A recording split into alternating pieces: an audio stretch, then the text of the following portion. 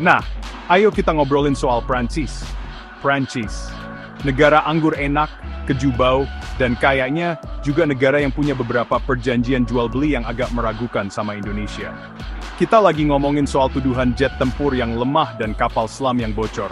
Ini jelas bukan kualitas terbaik yang kita harapkan pas kita keluarin miliaran rupiah uang rakyat kan?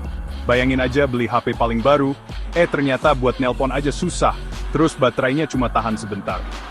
Terus sekarang bayangin, itu kejadian sama jet tempur, yang katanya performanya jelek, dan kapal selam, yang kayaknya susah banget buat ngapung. Ini bisa jadi kesalahan besar banget yang nyangkut keamanan negara kita dan uang rakyat yang banyak banget. Prancis, negara yang bangga sama teknologinya yang canggih. Tapi kok ya, pas udah tanda tangan kontrak sama Indonesia, hasilnya kadang jauh banget dari janji-janji di brosur. Kerjasama strategis ini beneran saling menguntungkan gak sih? Atau jangan-jangan ini cuma akal-akalan buat ngejual barang yang mungkin kualitasnya nggak seberapa, tapi harganya mahal banget buat kita. Soalnya, kalau urusannya udah soal pertahanan negara dan penggunaan uang kita yang bener, kita nggak bisa cuma sopan-sopan aja kalau ujung-ujungnya kita dibodohi. Jet tempur Dassault Rafale. Kedengerannya keren banget ya, kayak nyebutin merek anggur Prancis yang mahal gitu. Tapi coba deh kita lupain dulu iklan-iklannya yang bagus-bagus, terus kita lihat harganya. Nah, di situ tuh mulai ada yang aneh, kayak ada bendera merah yang berkibar-kibar. Indonesia katanya nih, setuju beli 6 pesawat ini dengan harga sekitar 23 triliun rupiah. Nah, yang bikin kaget, ada kabar Mesir bisa beli 24 Rafale dengan harga yang kurang lebih sama. Ini sih kedengerannya, bukan harga pasaran yang wajar ya. Tapi lebih kayak kita dapat diskon khusus turis, yang harganya malah jadi 2 kali lipat. Terus, ada juga pertanyaan soal performanya yang bikin khawatir. Ingat nggak tahun 2022? Ada kabar kalau jet Rafale Prancis yang katanya canggih ini, malah kalah saing sama JF-11 buatan Cina pas lagi ada latihan. Ngerawat pesawat Prancis yang keren ini, katanya juga mahal banget. Kayak punya mobil bagus banget, kenceng. Tapi, tiap ganti oli biayanya selangit. Oke, sekarang kita nyelam ke urusan kapal selam Scorpène, yang dalam, gelap, dan jujur aja bikin khawatir banget. Kapal selam harusnya kan jadi predator laut yang senyap, simbol kekuatan angkatan laut kita. Tapi yang kayaknya jadi predator di sini, malah perjanjiannya sendiri, yang memangsa keuangan dan impian pertahanan Indonesia. Kita dijanjikan kemampuan bawah laut yang paling canggih. Malah kita sekarang berhadapan sama banyak dugaan kerusakan, keterlambatan, dan kerugian uang yang bikin pusing.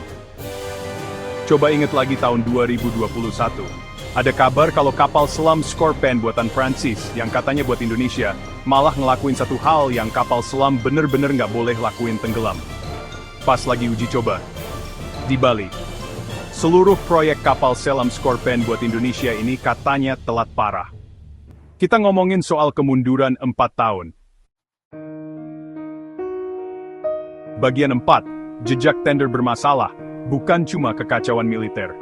Nah, kalian mungkin mikir, oke deh, mungkin Prancis emang nggak jago jual alat militer ke kita.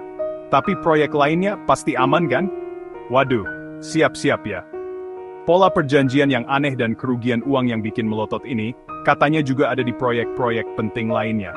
Ayo kita ngomongin soal luar angkasa, batas akhir, dari kegagalan proyek Prancis buat Indonesia. Satelit Telkom 3S. Ini harusnya jadi bagian penting buat komunikasi kita, diluncurin dengan harapan besar, dan pastinya tagihan yang gede. Terus apa yang terjadi? Gagal total buat nyampe ke orbit yang dituju. Ya udah, au revoir aja gitu ke angkasa luar, bareng sama sekitar 1,5 triliun rupiah uang Indonesia. Terus kita pindah dari langit ke bumi, khususnya soal kebutuhan energi kita.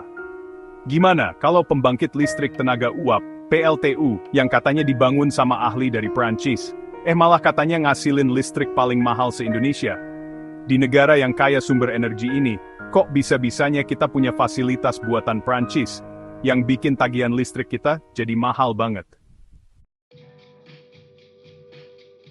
Bagian 5, terbutakan roti baguette, atau ditekan utang, menuntut perjanjian yang lebih baik.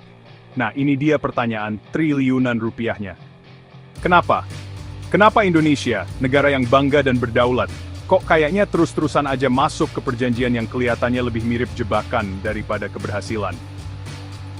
Apa kita cuma kesilauan sama label buatan Prancis gitu? Apa kita rame-rame terpesona sama anggapan teknologi Eropa itu canggih, padahal kenyataannya nggak sesuai sama reputasinya? Terus ada juga kemungkinan yang lebih nggak enak, pertanyaan yang bikin nggak nyaman soal tekanan ekonomi. Apa mungkin Prancis, sebagai negara kuat ekonominya, pakai cara-cara kayak utang buat pelan-pelan, atau mungkin nggak begitu pelan, ngarahin Indonesia buat beli barang-barang ini? Apa kita ditekan secara halus, tangan kita kayak diikat sama kewajiban utang, maksa kita buat tanda tangan perjanjian yang nggak sepenuhnya buat kepentingan negara kita? Ada juga teori soal mentalitas korban, kayak rasa minder bekas jajahan gitu, yang mungkin bikin kita otomatis mikir produk Eropa itu lebih bagus, tanpa dicek bener-bener dulu. Kita harus buang jauh-jauh pikiran kayak gitu, dan hadapi setiap perjanjian internasional dengan pikiran jernih, penuh perhitungan, nggak gampang percaya, dan fokus utama buat kepentingan terbaik Indonesia. Harga diri kita menuntut itu. Masa depan bangsa kita, kedaulatan kita, dan kesejahteraan ekonomi kita bergantung sama ini.